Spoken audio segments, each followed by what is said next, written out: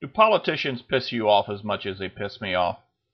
I get sick and tired of sending these morons to Washington, D.C., thinking that they will do what they promised on the campaign trail. Or maybe we are the morons. Or are we just insane? Isn't that the definition of insanity? Doing the same thing over and over again, but expecting a different result? From the time we elect them, they are working on how to get reelected, and doing favors for those that they feel will get them reelected, and to hell with the voters. Well, I have come up with an idea that can get them to listen to us, the voters. My idea doesn't require a constitutional amendment, Congress to pass any laws, or any approval at all from Washington. And I have heard of the idea to fire everyone in Washington every election cycle. Vote all incumbents out every time. On the surface, this sounds like a good idea. And it is definitely better than what we got now. But this would get rid of the good and honest statesmen along with the bad politicians. And we would always have inexperienced people in Washington. Well, my idea lets us throw out the bathwater, but keep the baby. The problem is, we as voters have very short memories. Most of us do not have time to monitor our politicians as they vote or listen to their speeches to see if they keep the promises they made to us when we voted for them. And it doesn't matter whether you are a conservative, a liberal, socialist, libertarian, right, left, or somewhere in the middle. We all want the same thing. A statesman that will keep their promises, use some common sense, and do what's right for America. Now, imagine this. Before the next election, you go to a website that lists all the politicians that are running for office. The nonpartisan organization that runs the site, let's call it Statesmen for America. Now, Statesmen for America has identified where everyone stands on each of the major issues and what their political leanings are. Are they left or right or somewhere in the middle? Where do they stand on immigration, the war on terror, bailouts, taxes, health care, energy, global warming? Do we drill here, drill now, or save our national forest? Answers to these questions will be identified by direct answers from each candidate or looking at past voting records and speeches. You as voters can go in and answer the same questions and find which candidate most closely aligns with your political views. Now I know what you are thinking. That's what I do now. But when they get to Washington, the train comes off the track. They end up doing whatever is needed to get themselves reelected.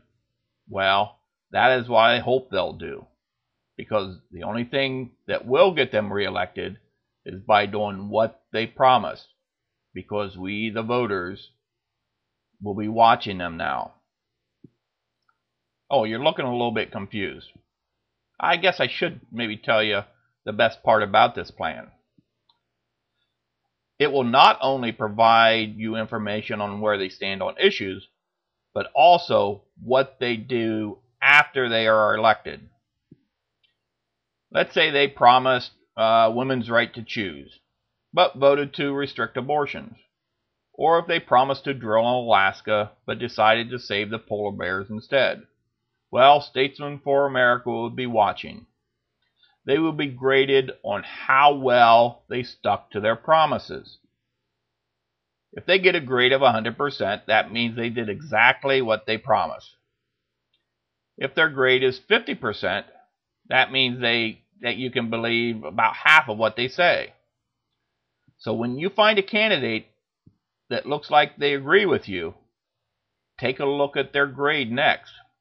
What good is it to vote for someone that has your exact views on the issues, but has a grade of, let's say, 50%? That means that they are lying about half the time. You may be better off voting for someone that you agree with on 80% of the issues, because they have a grade of 95%. At least you can believe them. So this is how the scoring will work. Each issue or question starts with a value of 1. Let's use the following question as an example. Should we allow drilling for oil on federal land? And your candidate answers no, which is your belief. That's why you voted for him. Now, a bill comes up before Congress to allow for drilling for oil on a national park in his state. The unions pressure him into voting for drilling because it would mean more jobs for union members. So this politician votes in favor of drilling. Now, since he originally agreed not to do the drilling, that 1 point is now worth 0, and there is no way for him to get that point back. If he did this on half of the issues that had a vote during his term, his score would be 50%. Now, I actually came up with this idea about 2.5 years ago. That is when I created a website, statesmenforamerica.org. That's statesmen, the number 4, America.org, to try and get this word out. Well, I need some help getting this off the ground. If you know of someone that can get the word out, please pass this on. You can also go to the website and read more about this idea and let me know if you can help. So in summary, my plan will allow us, the voters, to track the honesty of our elected officials and help us to remember their past transgressions when the next election rolls around. Again, that's statesmenforamerica.org. Thank you for your time.